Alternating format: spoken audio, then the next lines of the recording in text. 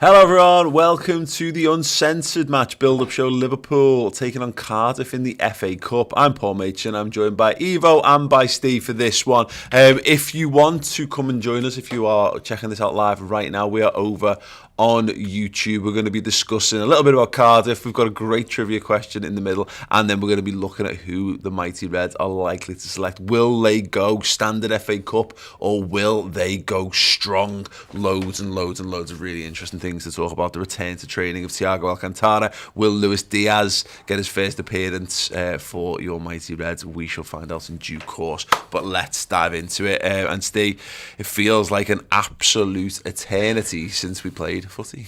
It does, doesn't it? I hate the international breaks, although most of the lads haven't been involved. You know, there's a Brazilian element and AFCON, but the European lads have kind of... Well, this was the winter break, wasn't it? Yeah. And it never serves us well to have a break. We're an intense side that needs games thick and fast, so it could be interesting on Sunday for that reason. It is that's the one narrative that we're waiting on. It's like a ticking time bomb. The sword of Damocles hanging over our head, Evo, of Liverpool should never go on warm weather breaks. They should never have holidays in the season because they never come back quite right. The hope is it's Cardiff and it's the FA Cup, and look, in the grand scheme of things, we should be enough to get past them. If we don't, it's not catastrophic to the season, of course. But yeah, it'd be nice if Liverpool did just come back recharged, rather than us having to sit here, as we've done a number of times over the years, and go, oh well, you won't see the benefits of this until the back end of the season. We'll never be able as fans to see the true benefits. It'd be nice if Liverpool just came back and hit the ground running, really. Definitely. I mean, I hate these breaks too, and I think we need just this rhythm. We are so keen to playing 2 games a week for the last 4 or 5 years, and like on the other side, I'm happy for the players, seeing Trent, seeing Hendo on the beach, like having a proper a break, because we always moan about that in December and January. They need time off, and now when they have time off, we go shit. We are not good. But there's a cultural thing on this, isn't there? Is that as English fans, we're not used to the idea of the winter break. And again, you just did there. We call it the international break, and okay, it was for the Brazilians, and it was for Taki Minamino. They've gone away and played football, but it was English football's winter break. Now, again, look at the Bundesliga, for example. They've always had a winter break, so we can't help but I don't know, over here we're a bit sneering to it, what do they want a break for? A break? Wow, look at all the money they get paid, etc., etc. It's probably going to take a few years of this being a thing before we get used to. Actually, players are entitled to go and have a couple of days break. Everyone else can get a holiday from their jobs. In the big picture, it will be good if it continues for the players, if they get the break in the next years too, because it just helps you. We play a lot of games, and we are not a mid-table team. Every game is important for us, so we have to win everyone. We have to go full force in everyone. And when you play from August, September on till January, you are happy for 1 week off, and the lads use this one properly, the ones who had a break off. I think that it's a physical recharge, but it's a week's not long when you consider But mentally, well, yeah, exactly, and that's my point really. Is that they just need a little bit of that. I always say this, and you don't realise this when you're younger. It's only when you start to get older and you've got a lot more responsibilities and life comes at you from all different angles at all times. I think you need 3 nights off is the bare minimum you need just to disengage your brain a lot of the times, and that's what these lads. It has been an incredibly intense period. They'll have been getting geared up for that January as well because of the AFCON stuff, all the stuff that we've been worried about. That will have been in their minds. They've all gone, and actually a lot of the players were asked to go a lot more than they would have done, I think, if Salah and Mane and Keita had been available. The defence in particular, the fullbacks have played a lot, Fabinho's played a lot, Henderson's played a lot, Curtis Jones has played a lot. They do need to have a little bit of time off, and we pull having nice things because we feel jealous about it. Ultimately, we do. Quite like to see us win all 4 competitions within this season, or have the best chance of it. Me too, and the players. That's my concern, because we see pictures of Trent lying in the Bahamas or somewhere to get to breathe out on one of them, didn't he? Because he was showing us that was funny. Yeah, it was cooler. So you do. Sean as well, won't they, ultimately? But history says that we struggle when we have predetermined breaks that we don't want. Yeah. just like to touch on this again, like you said, life comes at you like when you get a little bit older, and I just think it's not maybe not that important for the beginning of, for the players who are in the beginning of the 20s or in the mid 20s, but like for a guy like Jordan Henderson, I don't know, he has 2 or 3 kids, 2 kids, at least a couple, like, at least a couple of kids. I think that is he values this week really much, because like we always demand a lot of these players and all that stuff, but if we have to go out there traveling every second week, training, all that stuff, like 1 week on the beach with your kids, paradise, family, mentally and for your mindset, that gives you a lot. And I think like Jordan is the best example. Hendo, like he wasn't that good, and like in the last couple of weeks, so maybe this week just gave him a proper rest, and now he can go again. Yeah, it's true. It's just that thing. We all have that, you know, and I guess it depends on your lifestyle and what you do and what your job is and what your responsibilities and who else is you're responsible to and responsible for. But there is that thing of just sometimes, you know, you have it sometimes where you're just in the grind. I have it sometimes we go on a holiday and by day 3 you're like in the shower and you have an original thought for the first time in God knows how long. And I think the Jordan Henderson stuff's interesting because I think he has been toiling a little bit. You know, I think he's been a little bit better the last couple of games, but I think he's done his own head in a bit. You know, and he's had to play a lot of football. He was ill as well, not with COVID, but he had quite a bad illness by all accounts. When Klopp's saying we've got lads out with COVID who are not as bad as Jordan Henderson, who's out but not with COVID. And hopefully that's the kind of thing that he needs, definitely. Cardiff, Ste did not have a break. They've just played, in fact, last night on the Wednesday night. They beat Barnsley 1-0. That's 2 wins back to back. They are having a tough old season. You know, they're only 9 points ahead of the relegation zone in the Championship at the moment, and the team beneath them's got a game in hand on that as well. So this is a double-edged sword, I think. It represents a little bit of a, as we've seen a couple of teams do this season, it's a free hit. They might just get to go out and enjoy a football game, which could help them. But equally, there's a mentality there where they've got a far bigger battle to really concern them. And it's up to us to make sure their brain gets ticked towards the latter rather than the former. We've seen over the years that these are welcome distractions from poor league form. We've seen sides win domestic competitions and get relegated. Yes. You know, we've seen that more than once. Yeah. So the thing with them is, as you say, it's a free hit. It's an enjoyable afternoon. It's a game against Liverpool. If you're a professional footballer, lots of those lads won't have played at that standard before. It's if you're the manager, you do what you just said. You tell them to go out, relax and enjoy themselves. They've beaten Barnsley and Nottingham Forest in their last 2 games, who are in much, much better form than they are. So they shouldn't be discounted for that reason. Those are 2 really good results given their league position. And they'll be buoyed by that a little bit. You know, it's a good result against Barnsley because Barnsley were not far off the playoffs. Yeah. So don't underestimate them. They'll be physical. I think they'll be physical. That's generally what sides lacking in quality do, don't they? They beef it up a little bit. Well, it's interesting you mentioned that they ended up in a big scrap in the tunnel at Barnsley last night. At the end, the players and at both sides and the coaches and whatever getting involved. It's quite interesting. Check that tweet out. It's actually at Matt CCFCO2. He's got a little video of that if you want to check that out on Twitter. But yeah, proving that they do certainly have a little bit of a fight and a little bit of scrap in them. I mean, and going back to the point we're making though, Ivo, is that the advantage that they will have is everything we've discussed there. They're playing football matches. If Liverpool played last weekend and we didn't have a midweek game, we played this weekend, I think there would be a clear advantage because they played more recently than us. So fatigue will be a greater issue for Cardiff in this one.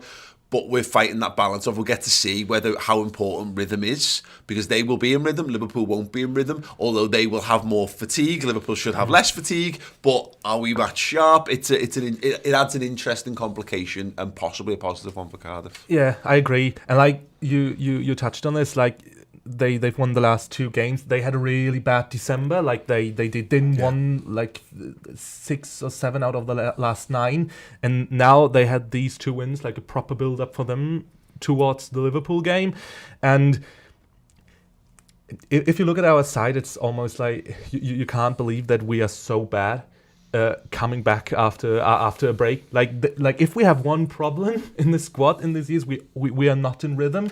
Like when we get back after a break, international break or whatever, like we have to play ourselves in rhythm again. And it would be really Liverpool-like if we don't go out and just somehow grab a win, not really in a really proper way.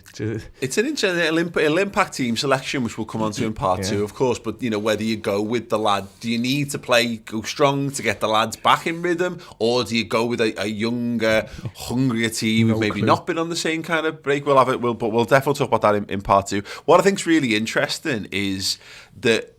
And why it feels like so long, Steve, since we last played, because the winter break, it's effectively an international break kind of thing where you get, it's 2 weeks more or less, but there's been so much happened in there. And to use the old holiday analogy, if you go on have a 2 week break and you lie on the couch, it'll feel like the days might feel like they've dragged, but that will fly by. Whereas if you go out and you do loads, you fill it with memories, and when you look back on it, it feels like you had a big break. It has been wild this last couple of weeks. Obviously, transfer window coming to the end. The Luis Diaz stuff, which was incredible for a few days. The Carvalho stuff. There's been lots of other bits and pieces. AFCON's been ongoing, so we've been able to dip in and out of Salah and Mane and all that kind of stuff. It all contributes to. We've managed to keep ourselves hungry and ticking over, but it's led to this extended feeling where it feels like about a month since we actually played. Totally, and given our recent transfer windows, this one aside, when we've not really done much, we've probably invested about 18 months worth of transfer window frenzy into that period, haven't we? It's been mental. I don't know about you guys, but the Carvalho thing did me head in, because it was like there was so many people saying it's done, it's not done, it's this, it's that. We all invested ourselves in that, as we do as Liverpool fans, and it can be a bit draining to go through that experience. It doesn't feel like 2 weeks, it feels like about 6 months, doesn't it? But it's so much, like you say, so much has happened. Yeah, no, and I think we're all eager to just get back into it and get back to the business of watching the Reds again, really. Actually, a bit of breaking news while we're live here on YouTube. James Pearce tweeting, Liverpool's home game versus Leeds rescheduled for Wednesday, February the 23rd. Not ideal, given that falls 4 days before our Carabao Cup final. Game was originally due to play on Boxing Day, as we know. Liverpool get through in the FA Cup versus Cardiff this Sunday. Then their 5th round tie will be played midweek after the Wembley final versus Chelsea. So talking about the importance of the winter break, I bet those lads are very glad they've taken that break now, because that is going to be majorly intense. Just to clear that up, there was going to be a full week before the League Cup final. Now Liverpool will have that Leeds United game. But we talked about this a lot, Ivo, in the last week or two. The aim at the end of February is to have won the League Cup, and working back from that, we want to be in a position where we are 3 points closer to Man City, bare minimum. That is the expectation. If we can get through to the next round of the FA Cup, win our game in hand, which has now been rescheduled, that's the Leeds game, and win the League Cup, then we've aced February. We're going to need all the players available for it possible, but at least we now know it's not ideal. But it's now known that is what Liverpool's February is going to look like. Definitely, a clear mission for February, and we're going to touch on this later in the show. We get healthier again, so important in this phase. And for me, it feels like even if there's another international break somewhere in March, I would assume. Yep. Even when there's a break again, it feels like the big last chapter of the season starts now, because we've got the League Cup final, important FA Cup games, like the February and March, important months before we play City at the Empty Hat. So every game is important now. Every game counts, and maybe even if we say it's bad that we play Leeds midweek, then after the final midweek again, maybe it's good for us, because if we are good in something, it's the 2 games a week rhythm. And it will be a lot, but we have a lot of players available now. Yeah, and that's the hope, and actually I think that's going to inform a lot of the conversation in part 2, just how many players Liverpool do have available. I just want to say thank you actually to Steve Trevor, who's the one in the live comments, who pointed out the James Pearce tweet there to keep us updated on the rearranged fixtures and all that good stuff. And Surab asking, have you guys killed Pajak? I mean, where is he? Been long. Chris Pajak was here until 7:30 last night recording this week's stat show with Dan Kennett. That's streaming at today over on Redmen Plus. So if you want to dive into that, I'll get you a little look at that after the break. But the really good. Chris is not, just to clear things up, Chris is not dead. It was a funny joke. It was a funny joke that's been misinterpreted by a number of people. Chris Pajak, better say low again. Not dead yet. If you want more from Pajak, I say he has that weekly stat show over on Redmen Plus, and he does the away games largely with me on watch-alongs in the studio as well. So yeah, plenty of Pajak in your lives coming soon. Right, yes, we are going to take a very, very short break. We've got a trivia question to tide you over whilst we do just that. Liverpool beat Cardiff 6-3 in 2014, but who scored Liverpool's goals? Answer after this. Hello everyone, the international break is over and that means one thing, proper football is back and Ultimate Fan is back this week. Game week 24 gets underway all the way through to Thursday the 10th of February. I have got Paul's information, I'm on his account, so we're going to open some packs which have been given to us by Ultimate Fan. We're going to check out his team, check out the point score from last time out and see how you got on in the Redmen TV League. So he's got 3 packs available. He's got a free base pack of 3 cards. I'm not sure we can improve his team, but he's got Masuaku, Montes, and Gil, who left on loan for Valencia. So we won't be doing that. So he's got a goal pack, so we're going to open his exclusive goal card pack so you get some better plays in this one. He has got Elise, very good attacking talent, playing Norwich away in that one. Man City might be an interesting shout as well, and Man United. Yeah, I think we'll leave that one right in there. Oh, he's got a free winners card as well. He must have scored himself some decent points last time out, so he's been given another pack. And he's got Ruben Neves, who is a doubt there, as you can see on his card. Game week 24 is £1,000 to play for this week as well, or a share of £1,000 as well, so you can get some in there as well. Let's check out last time out in game week 23, which is obviously a share of £5,000. Paul got 29 points, which is pretty decent actually. So let's have a look at that one. Let's go to the Redmen TV League. He came 69th. Do my best not to make a joke about that, but well done to mrob_LFC, got 64 points, Danny JL 64 points, and Satkins 1907. Teflon Don with 56 there as well, sneaking in at 4th. Let's go right to the bottom, and hopefully my name won't be here.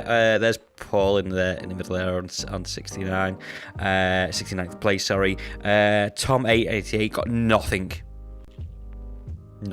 Do better. Mitchell Smith 1, 8174, and Lord Mock 5. And let's just quickly head over to the winners of that one.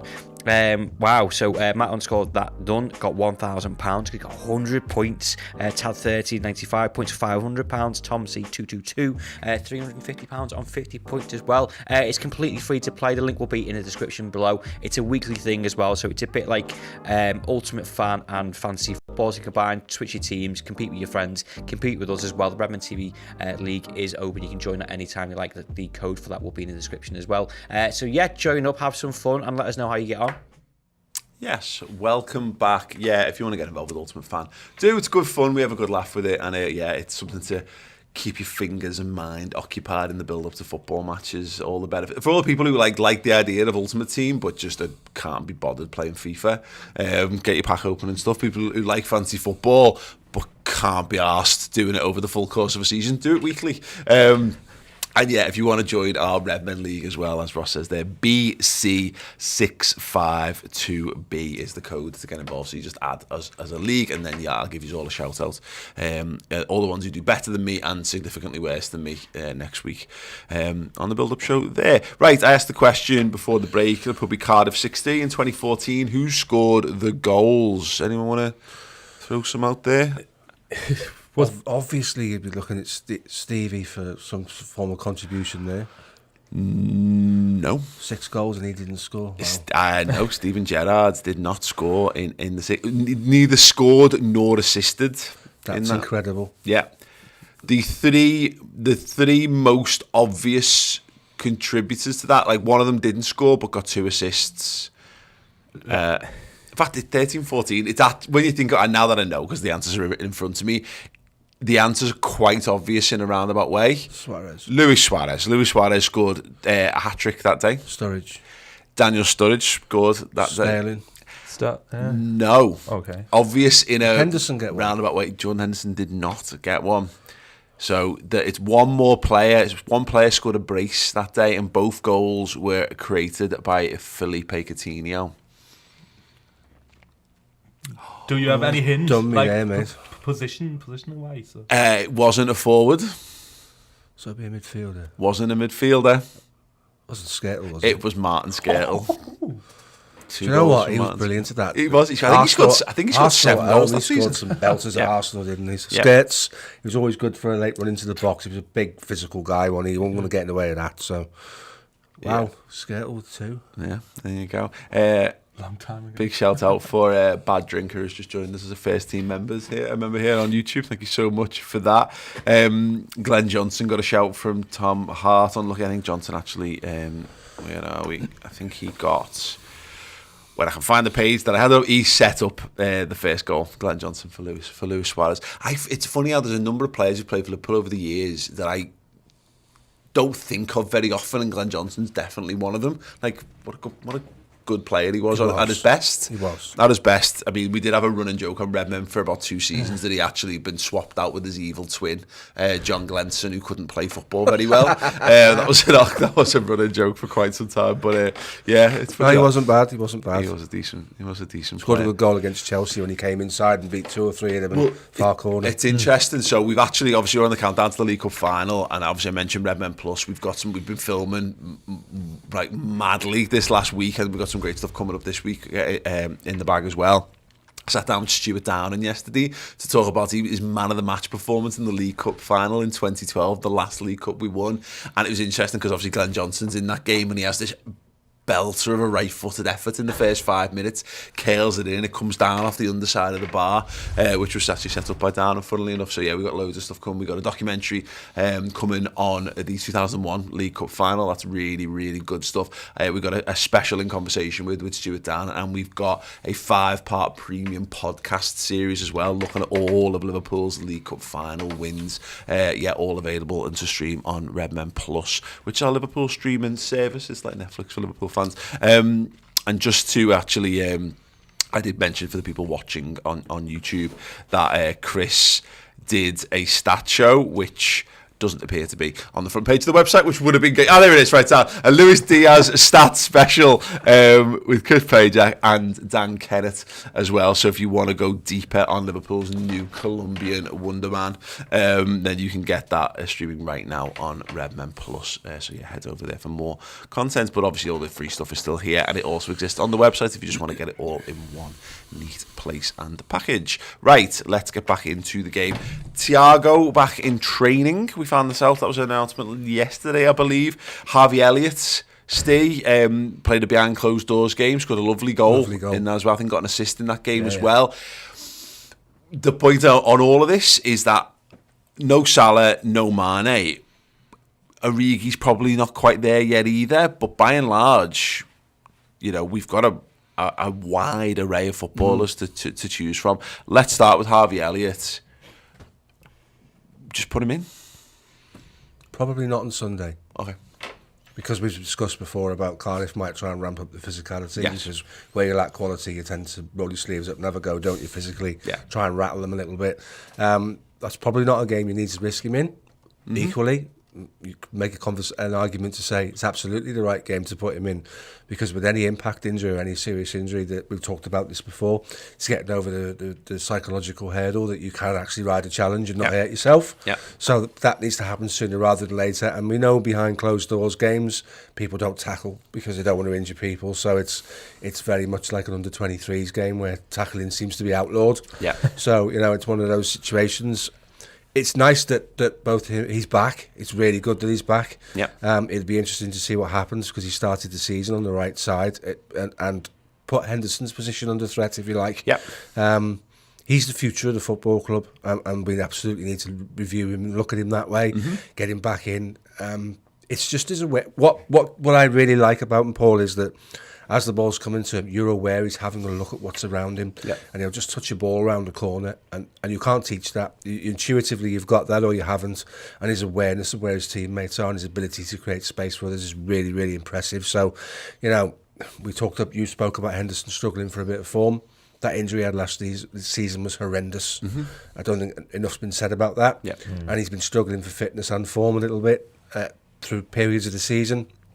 Harvey coming back is a really good opportunity to change it round a little bit, and he's more offensively minded. So where we want to go and win games and win them well is a definite option. I think there's definitely something to that, isn't there, Ivo? Where I keep being reminded of Wayne Rooney starting for Man United, and he's injured when he comes, and they throw him in. I think it's in the Champions League, and he's he's unreal. And there's just something to that. He's going to be chomping at the bit, and if it was me, I would be super protective of him, wrap him up. But he won't want to be wrapped up. He'll want to go out there and prove a point as soon as possible, because he'll want his place back, effectively. And there's a chance it being Cardiff, and there will be a physicality, but he was in the Championship last season. There's nothing they're going to throw at him that he won't have experienced every week, twice a week for an entire season. I actually had a little look. He played against them last year as well. I think just the once, but he got an assist against them away from home in a 2-2 draw last season. So he'll have a decent picture of what they're likely to be as well. So could actually be the perfect game for him. Like even if he doesn't start, or you don't bring him in at half-time, give him a proper run out for like half an hour or something. Bring him in Enfield, like get him back into the team again. Like, and you talked about it. I totally agree. Like, he was one of these early stories of the season, like first weeks, first months. Like he played so good, and he's somehow an offensive winger. And then he got back into the right side of the midfield three, and he was really well connected with Mo Salah. So I was so devastated when he got this bad injury, and like we were not sure if he would be back this season. So that he's back and that he can play again is really good. And somehow even he is not a Scouser, but somehow it for me, I don't know how it feels for you guys, but for me it feels like a bit like he's a Scouser, because he identifies himself so much with Liverpool. Like, you see all these childhood pics with him and a Liverpool kid and everything, and like when I see him, I really see happiness being at that football club, and that is special for me, having a young kid who's so mature and who's so gifted on the same time. I think the strong suspicion with him, Ste, is that there's an absolute player there. You know, and more than, and it was a bit of a surprise to some. And funny enough, I was chatting to Dan about him, and he was saying like he could tell what a player he is just by working with him at Blackburn. But a lot of people still thinking, maybe another loan, because he's so young still. Yeah, he is. Yeah. But there's something there where he's just got that attitude. He's got that charisma. There's something about him. It's the way he carries himself. It's the way he conducts himself. It doesn't matter actually what team you put around him. If let's say you start him in this game, doesn't matter whether we go full strength or whether we put a team of kids out. He will conduct himself like he's a senior footballer for Liverpool. And it's rare that, because we've had a lot of players down the years who maybe got the ability, but there's just that surety of themselves. Michael Owen had that in spades. Truly believed he was better than everything else. Everyone else in his age group, everyone else in his position, everyone else in the league, the country. You know what I mean, etc., etc. So there's a chance there for Harvey Elliott. Whether it's here or actually it is Leicester, it won't be long until I think he's an absolute nailed-on mainstay of this team. Totally agree. And if you track his career, he's always played in the age group above his age, because such was his ability. So it's like when you've got kids, big difference between their ages. Your younger kid seems really mature for his age because he interacts with older children. It would be the same throughout Harvey's youth career, where he played with older age groups. Such was his ability. And I agree. I mean, he's living his best life. He's a Liverpool fan. He's the future of the football club. He knows that. We know that. He started the season really, really well. He was a really, really pleasant surprise just how good he was. And he's back, and he's raring to go. And, as far as football dreams go, this is his. And it's real, and it's happening, and he conducts himself really, really well. You're quite right. He carries himself. He's got swagger. All the top players with all the ability in the world have always had a bit of swagger, a bit of overconfidence, which serves them well during games. And he's got that. And I for one really looking forward to seeing him come back. And mindset wise, it's even like, if you can have one positive out of an injury for a young player, that is good for his mindset. He overcame these couple of months now, 4, 5, 6 months. Character building, absolutely. Character building. And we talked about him that he's so mature already that will make him even more like prepared for everything that comes in his career. And I'm so excited for him to be in the squad again. How strong do you think we go here, Steve? Because we were kind of chatting to it before we went live. My sneaky suspicion, I think you shared it, is that I think we're going to go a lot stronger than people feel we will. I think there'll be obvious changes. I think Kelleher will start this game. I do. Yeah. I think like Konate will start this, and probably Gomez if he's around. Maybe because he needs the games. But it's funny because we're talking about that's our second choice centre back pairing, and yet they're both perfectly good at being our first choice centre backs as well. And then from then on, I mean, it's a weird situation. What I mean is, I don't see this being Conor Bradley. I don't see this being Owen Beck. I don't, maybe Tyler Morton, but there's a lot of lads there who actually could just do with the game. Thiago. Yeah, Thiago, for example. I think we're going to go really strong. I saw the Twitter post, give us your starting 11s, and it was varying degrees of weakness. Some people were naming players that, like Beck and Canetio and players like that. I just don't see that happening. The worst thing that can happen is we go into our next league game and we're still rusty and we're still not match sharp, because the door's slightly open in terms of the Manchester City pursuit. We've got a glimmer of hope following the last fixtures. What we need to be is absolutely on it for every single league game. And if we put 6 youngsters in there or 6 fringe players in there and put in the odd season experienced player like a Thiago, like a Jota, are we preparing ourselves for our next league game correctly? You can intensify your training sessions all you want, but there's a big difference between training and match day. Yeah. So I think we're going to go a lot stronger than people anticipate, purely because we've had 2 weeks off. Yeah. We need to get back in the saddle and get on with it. Yeah, it's funny, to the point, Ivo, strong is weird, isn't it? Because we've got a lot, and it's been very understated this season, but we've got a lot of senior footballers. Like, as an example of that, you could easily start Kostas Tsimikas in this game, and and then you've changed. And if you go with Konate and Gomez, and the goalkeeper, you've changed 4 of your back 5 already before you've even done anything there.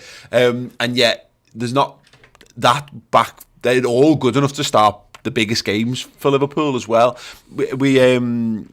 We put a tweet out actually during this from Ross put a midfield 3 for Sunday tweet out. We had Damien suggested Thiago, Elliott, Milner to start. Second half, Fab, Jones and Morgan, who I presume is Dexter Morgan, the killer of HBO series Dexter, which I think if you're gonna sort of side through an opposition championship brutal midfield, then have a serial killer in there. I think that's definitely the answer. Little cameo. Yeah, LFC 1987 says Fab, Henderson, Jones. Cathal Robinson saying Morton, Henderson, Elliott.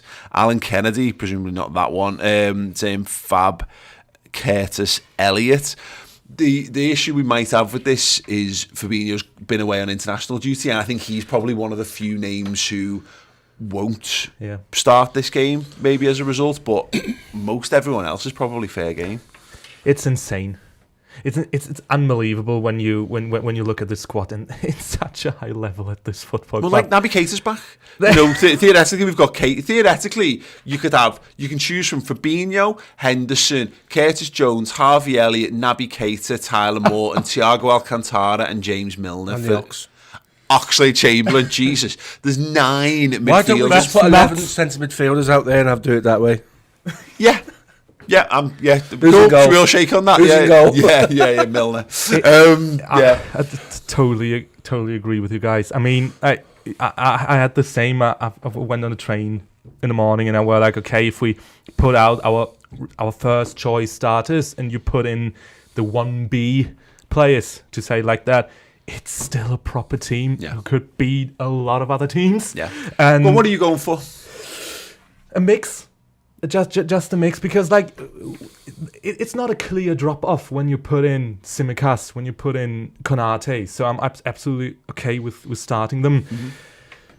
I wouldn't start Thiago and Elliott. Like, I wouldn't start them. Mm-hmm. It's maybe another level of pressure just starting directly when you come back. Like Thiago only joined the team this week, so maybe that's a little bit early. But having Hendo in, having Keita in, like he had a really good month. No, not month, but a couple. Yeah, it feels like it. A couple of weeks at the AFCON 2 Man of the Match award. So he's maybe just motivated and good in shape. So put him in. Well, if he's fit as well, you might as well play Keita because you don't get to choose when Keita is fit. That's one. If he's fit, take the advantage and play him. Yeah. Because we never know what's going to happen to him. Just looking at the balance of it, Steve, because a couple of suggestions there I think overlook a little bit that who plays in the left of the midfield three.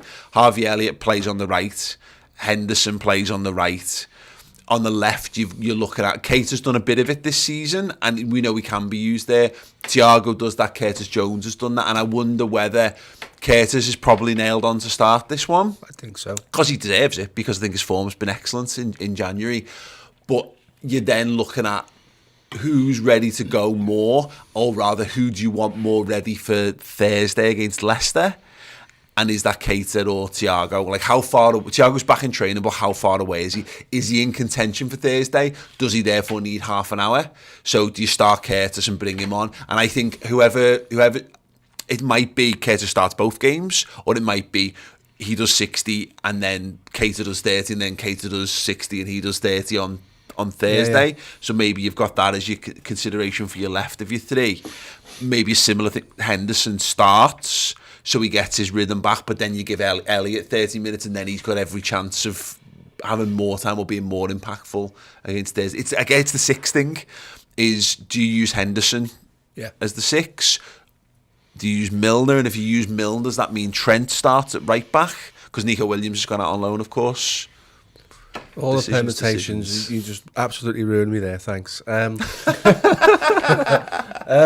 would go with Henderson in the 6. Okay. He needs games, he needs to find his rhythm, he needs to find some form. And I'm not criticising him, it happens to footballers, and we touched on it before the break. His injury was a shocker, and that takes time to come back from it. So I would start him in the 6. I'd start Jones on the left. And Naby Keita had a good AFCON. Naby Keita was a driving force for Guinea. Yep. So I would probably start Naby on the right-hand side. Get the game won. What will happen is if you bring in Elliott whilst it's a contest, those tackles are going to be flying around. It's kind of Phil Foden syndrome for me. You get to 3-0 up, hopefully. On an hour, you bring him on when they've lost all of their impetus and all of their willingness to fight. They just see out the game, and he gets the 4th goal, and that's great for him, and it's great for the club, and it's great for his development. I think we have to play Henderson. He has to find some rhythm and some form ahead of the Leicester game, because he will play in that. As you say, Curtis should start because he deserves it. I've got a sneaky feeling that, because I think it's a bit mad that we've let Nico Williams go on loan, to be honest. I think that, given how many players we're currently carrying, which is well more than we've ever had before, well more, and probably more than we need. There's going to be some good players who are really struggling for minutes for the back end of the season, even with all the games we're playing. I wonder whether Milner is now is back to being the second choice right back. Because I mean, it might be Bradley, and if you're going to give it to Bradley, this would be now. He likes him though, doesn't he? He likes Bradley. He does, but I don't see where Milner gets his game now. No. And is that a concession that we've made because we've got an abundance of midfield options, and adding to the attack in Diaz means we need to strip the midfield less. So Ox is not. We're not going to need Ox to play in the front as much anymore. So that's less game time in that. And what does that knock on down the squad? And maybe we've said to Milner, we'll let Williams go. Are you happy to do the right back thing? And he's going in the summer. We know he's this is so. Is it prudent and sensible to not include players that are going to feature going forward with the club beyond the end of the season? That's an interesting point. Yeah, do you? Because we did this with Lallana, where we kind of kept him wrapped up, but that was to make sure he got his move as much as anything else. Milner won't be out. Milner will just want to play because he's on the countdown to retirement more than anyone else, and he won't want to miss a kick of the ball. If you play Milner at right back, you can afford to play Keita in front of him because that's your creativity. Because Keita is a creative player. If you don't play Keita, I think you've got to play Trent. Yes, it's a really interesting. I think the Keita on the right is actually surprisingly good job. I much prefer him on the right of our midfield than the left. Yeah. He's not as good as Thiago, unfortunately, and he's not as good he's not as solid as Wijnaldum was in that, and he's got so much more to his game. And we ask that left side of midfield to be a bit more, I don't know, limited, not in terms of like their overall creativity or use of the ball, but certainly in how they drive forward and the balance. Although that being said, I think Curtis has given us a really nice balance on that side, the way he's linked up on the right. But I like Keita on the right more. I just think it suits his game better. He's certainly more of an attacking mid than a centre mid. Just let's move the conversation forward. Ivo, Luis Diaz. Potentially I love that reaction, by the way. I know. There's every chance that he's involved in this game. I really want to see him play football for Liverpool. This would be great. Can't wait. Do you saw the social media picture? He was in Paris yesterday night. So he arrives today, maybe gets his whole AXA training centre walk around tomorrow. It's not really common and usual that we throw players in immediately. So that's not really a Klopp-ish way to welcome the new players. But I mean, he's not injured. He's full force. He's in fitness wise. He's there. Green light. Everything worked out with the medical. So I don't know why you wouldn't give him at least 10, 15 minutes. On the bench. You've got 5 subs to use as well, potentially there as well. Is it 5 subs? Yeah, because it's the FA Cup. You've got the potential there to just give him a couple of minutes at the end just to get him into the team, or the flip. You could start him and play him for 45 if you wanted to. I would like if he gets on the bench and then you play him for 10, 15 minutes, that he already had a little sniff around, that he is ready to maybe have a proper impact on Thursday for 30 minutes for the second half if we need him. It's an interesting thing because in terms of the options then, stay in attack. Firmino, obviously. Jota, obviously, and it's whether we want to... The Diaz thing actually might be whether we want to protect Jota a little bit. We just don't know at this point of what the point of the winter break was and whether these lads actually could do with one more game off just so they're fully recovered and ready for the push, or whether this is the push starts Sunday, really. And that Jota stuff, we've been quite protective of Jota because he's had to play a lot in January, and he's actually played a lot this season, and he's actually played a lot coming back from injury last season as well. That's a little bit of an unknown, but Ox might feel a little bit aggrieved not to continue playing in this game because, let's be honest, Salah could well be back. I think there'll be a struggle to get them back for Leicester, but that's the conundrum now. I think there's a couple of players for whom they'll have to play Leicester, and it's whether there's a value to them just playing, sticking with the 3 that's actually saved as well throughout January, and then you add Diaz as a sub option maybe. So 2 weeks ago, you and I sat here and talked about Ox being the 12th man. The guy played himself into the position of the 12th man. Now these other players are back. I'm not convinced that's the case anymore. Okay. He probably should start wide right against Cardiff because that suits him. It really doesn't suit Jota to play out there for me. Jota for me has always been, and this is the interesting thing, more of a competitor for Mane than Firmino. Yeah. But then Diaz is now a competitor for Mane and Jota. Yeah. Lovely opportunity to have those players in the mix. Diaz should probably sit on the bench, come on for 10 minutes, little cameo thing at Anfield in the FA Cup, romantic story. Game 1, 10 minutes. He's got a lot to learn in terms of how Liverpool play because Liverpool's system is so different to everybody else's. It will take him a couple of weeks to learn how to set traps in the press. It's not something that you could walk into the team and do straight away. Cardiff is a game where you don't need a press and you don't need to set traps. It's not Premier League standard, is it? He's clearly... well, I'll say clearly. Klopp's... We talk a lot... We do this a lot. Defensively... and midfield-wise, players take a while to get up to speed. But in more offensive players, he's been less out. He will just chuck people in. It's whether he drip feeds him in a little bit. And because, as to the point, Ox actually deserves his place in the team. It'd be a bit unfair on Alex Oxlade-Chamberlain, who scored a couple of goals recently. More recently for us. He's actually really helped us through this period. I like that notion of Ox starts, but Diaz is there, and then actually it gives you the option for Thursday to go. Because actually, can you use Diaz on the right? And the answer is probably yes. He's right-footed, so yeah. You know, you definitely can. And he's good. He's very good both-footed, and you'll see. I think get a little glimpse of him at the weekend, and then make that call. Because you could go again. You know, you could ask Jota, Firmino, Ox/Diaz to play again on the Thursday if you really wanted to. /need to, because we've now got that, having that one extra option makes it a bit easier. Yeah, like I think Luis Diaz has to play. If he's in the squad, if he's on the bench, give him 10-15 minutes at the end, because every minute helps.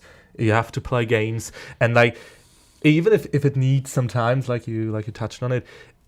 I've never seen so many journalists speaking about this is a club player before he came here. So if there's anybody who's able to adapt quickly in this, like of course offensively, like this is the one thing like you can do if you just get into a game like Cardiff, then it's Luis Diaz. Yeah, I've certainly had a track record of us buying players in and me going, they've been bought as the understudy to ... Mohamed Salah was bought as the understudy to Mane. Jota has been bought as the understudy to Mane, and then we just keep finding ways to get these lads in the team. And then once they're in the team, they don't come out the team. So that's what the really exciting thing for me about Diaz is that I have the note of caution that it's midway through a season. He doesn't know the lads he's playing with, and so much of how Liverpool play at the top end, the best of Liverpool, is like second nature, understanding where everyone is around them, the quick little touches and bits and pieces.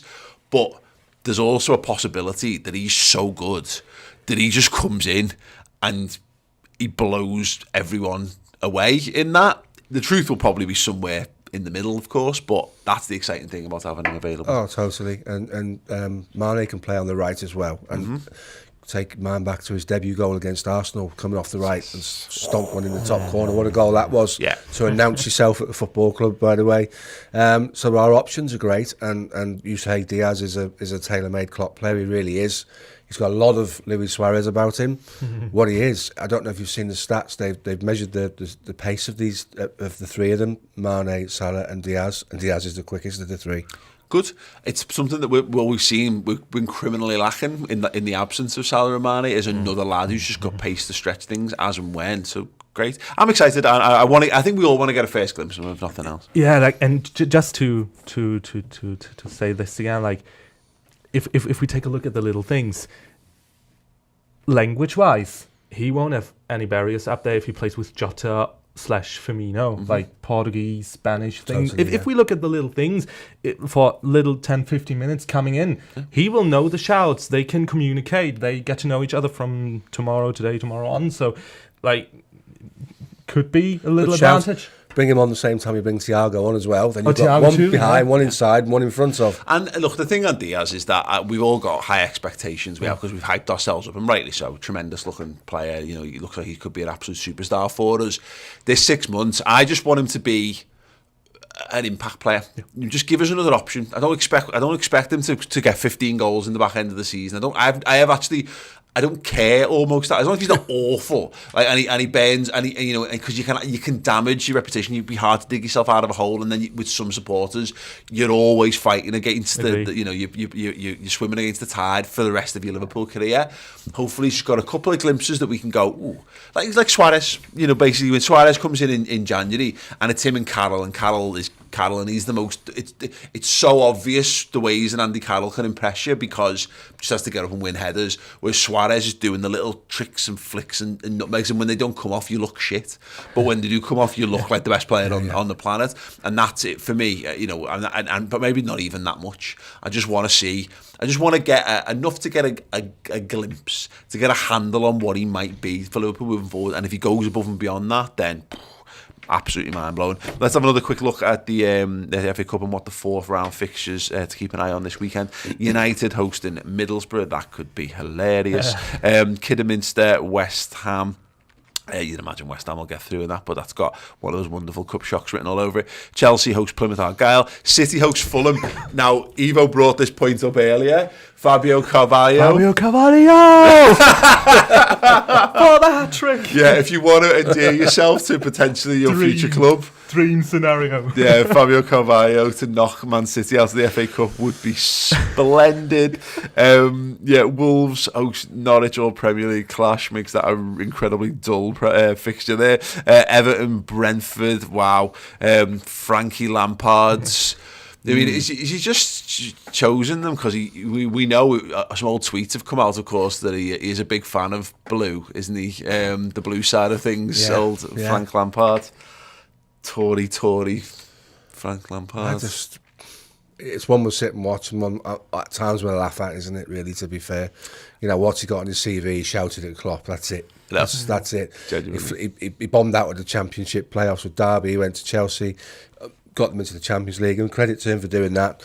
And then when they gave him money, the wheels come off, didn't it? When he actually went out and spent silly amounts of money on Timo Werner. Good luck to them. They deserve each other as far as I'm concerned, mate. Oh, yeah. I don't mind them having a win just to ease the pressure, just because the misery coming up pouring off the Toffee TV lads has been unbearable. It's just making me feel worse about my own life for somehow. Like, I mean, it's just like proximity. Like, how dare you be happy? Well, no, exactly. It's like living next to an open nuclear reactor. It's you know, that's what it's like. Living in this city with many miserable Evertonians. Crystal Palace, Hartlepool, Southampton, Coventry, Tottenham, Brighton, and obviously we're the 12 o'clock on the Sunday. Nottingham Forest, Leicester, that'll be a spicy affair, of course. And Bournemouth versus Boreham Wood. Nico Williams didn't get the chance to actually no, Nico had a full Nat Phillips, I should say, his tricky Bournemouth side, taking on Boreham Wood. They did moves, didn't they? They really went for it in the window, didn't they? Really they have put all of their eggs in one basket for promotion. They really have. In fact, just on the Nico Williams things, overlooking that completely. Did Nico play? Is Nico be cup? Will Nico be cup tied? Did he play in there? I think he might be, yeah. Yeah, shame. Oh well, never mind. We just all on Fabio Carvalho's slight shoulders then to give us an extra. We'll all be watching. We'll all be avid watchers of Fulham for the rest of the season, won't we? Yeah, like all the people who tuned in for the Colombia game last week. Yeah, brilliant. Right, yeah. Let us know your 11. What's your midfield 3? What's your forward 3? What's your back 4? In the comments underneath the start 11 show will be a little bit later on today, so do tune in for that one live on YouTube as well. Let's have a score prediction before we wrap up, Steve. What do you think? 4-0. Ivo? I say it won't be as exciting as it sounds, but 5-1. Yeah, I could see it being one of the games where we're wildly we go behind actually, and then everyone goes, right, okay, it's time to just. Oh, don't do that. I can't do that anymore. You know, can't sit there longing for half times anymore. But you've got to remember, this game, the atmosphere in this game is going to be arse. It's going to be horrendously bad because it always is. Whenever we play teams that we're meant to beat, doesn't matter. And I think it's a little bit because maybe we're too. I don't know if this is like trying to excuse just crap atmospheres, but we're not pricks, so we feel a bit like, oh, we can't really celebrate against a team that, like a championship team that you're meant to be better than. I'm happy for it. Put a bit of spice in there, give us a little bit of a reason to give us a mountain to climb and a reason to get pumped up, and you know, the lads who are coming back and maybe need to shake off the rust or whatever, I've got to go hard, got to get in for that. Or Harvey Elliott just runs the show for 60 minutes, gets a hat-trick, comes off to a standing ovation. Yeah, whatever. I'll take a 3 or 4-1 to Liverpool. I'll be happy with that. Yeah, predictions in the comments. Thank you so much for joining us, whether you're on live on YouTube after the fact, or you're catching us on Acast, Spotify, Apple, iTunes, whatever the hell it's called. I'm not an Apple guy. He says with the laptop in front of him from that very company. But if you're on podcasting services, do drop a 5-star review as well if you can. That's always good stuff. And yeah, if you want more content from us, do go and check out Redmen Plus. Get more on Luis Diaz. He might not play this weekend, but when he does, you want to be primed. You want to know what Liverpool have got the best you can. The stat show right now over on Redmen Plus. Check it out. Chris Pajak and Dan Kennett. And we've got all of your countdown to the League Cup final content ready as well. So perfect time to join Redmen Plus. Gentlemen, thank you. It's been an absolute pleasure. Hope you've enjoyed yourselves at home. You guys are awesome. Have a boss weekend, and hopefully, Liverpool booking a place in the 5th round of the FA Cup. Ta-da. Hey, if you want to get your name here and be a club legend like so many have so far, join up to Redmen Plus. You get an incredible range of Liverpool content, our Netflix for Liverpool fans style services there for you, documentaries, features and interviews, and yes, we also have the club legend tier. So if you want to go a bit deeper, get a deeper connection with us and with Liverpool Football Club as well, then sign up to the redmentv.com, Redmen Plus at a club legend tier, and there's loads of extra bonus perks for you as well. Check it out.